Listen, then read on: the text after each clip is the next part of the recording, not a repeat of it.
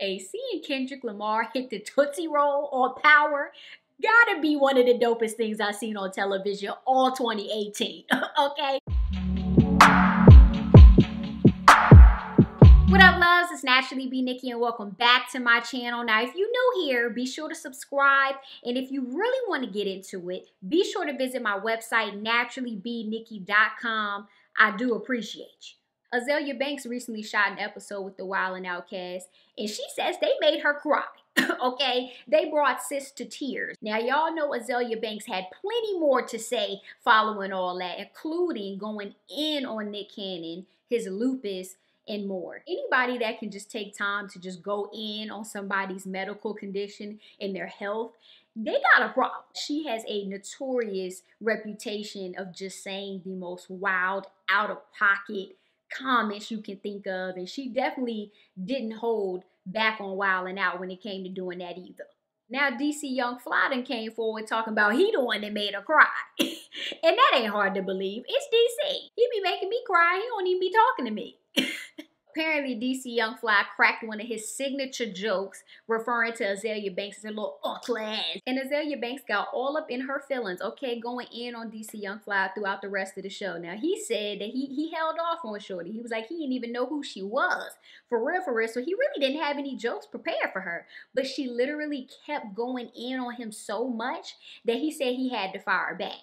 And when he did, he went in on Shorty's braces. Finally grabbed the mic. So she had braces on her teeth, but she didn't have the wire on the braces. So I said, you need to fire your dentist with his stupid ass, because he took the wire and told you to keep the metal. Then she started crying.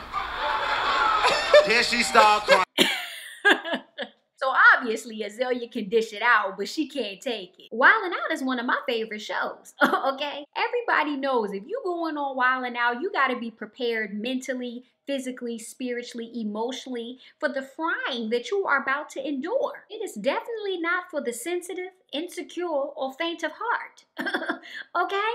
Wild 'N Out been on for 11 seasons, Azealia, and you gonna sit here and tell me you ain't got the memo yet, sis? What we doing? Come on.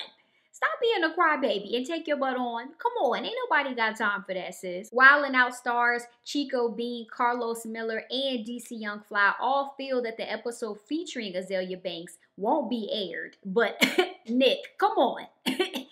Give the people what they want, all right? We want to get into this tea. We want to see this moment. All that junk she be talking, we got to get into it. Please release the episode for the people, Nick. For the people. Come on.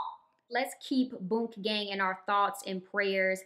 The 21-year-old influencer and rapper is making a lot of headlines lately, and what seems to me to be a cry for help.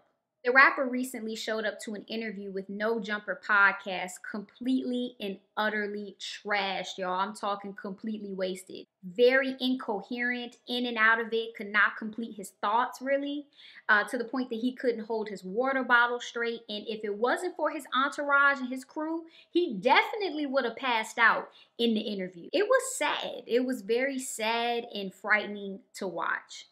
Following the interview, Boonk Gang later took to his Twitter account to open up about his battle with drugs. He tweeted, "My whole life, people push me away, acting like they care about me. I do drugs because I feel alone. When I'm high, I feel nothing. When I'm sober, I feel everything. Drugs make everything feel better." Boonk Gang is in desperate need of rehabilitation, medical attention, therapy, all of the above. I mean, this is an obvious cry out for help.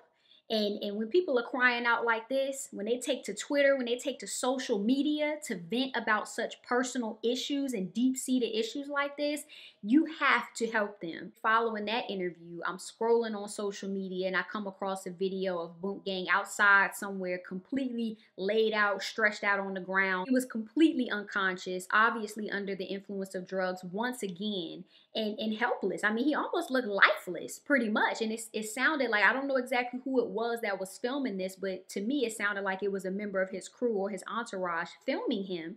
And they were just laughing it up, like kikiing it up. Nobody was helping him. And it sounded like there was multiple people around him at the time. His pants were pulled down, like I said, completely unconscious. And nobody was helping him. And that speaks a lot to the team that he has around him, man. It speaks a lot. You really got to watch the company that you keep, because if he had a better support system and if he had more positive people around him, he wouldn't be tweeting out things like this. We wouldn't be seeing videos of him like that in that state. Following that interview, in the video I saw, he has since been shot twice.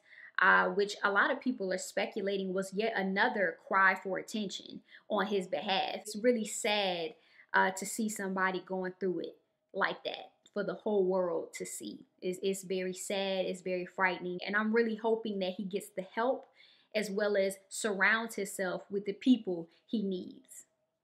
Kendrick Lamar makes his acting debut on season 3 of Power, and y'all, I was here for it, okay? Who would have known Kendrick Lamar would play such a phenomenal crackhead? Kendrick Lamar took me out all episode. Okay, he really made the episode for me. I ain't gonna lie. He was funny. Hey, seeing Kendrick Lamar hit the Tootsie Roll on Power gotta be one of the dopest things I've seen on television all 2018, okay? I feel like this won't be the last time we see Kendrick on Power, but I'm curious to know what y'all think. Let's keep the conversation going. Hit me up in the comments below, and I shall see y'all next video.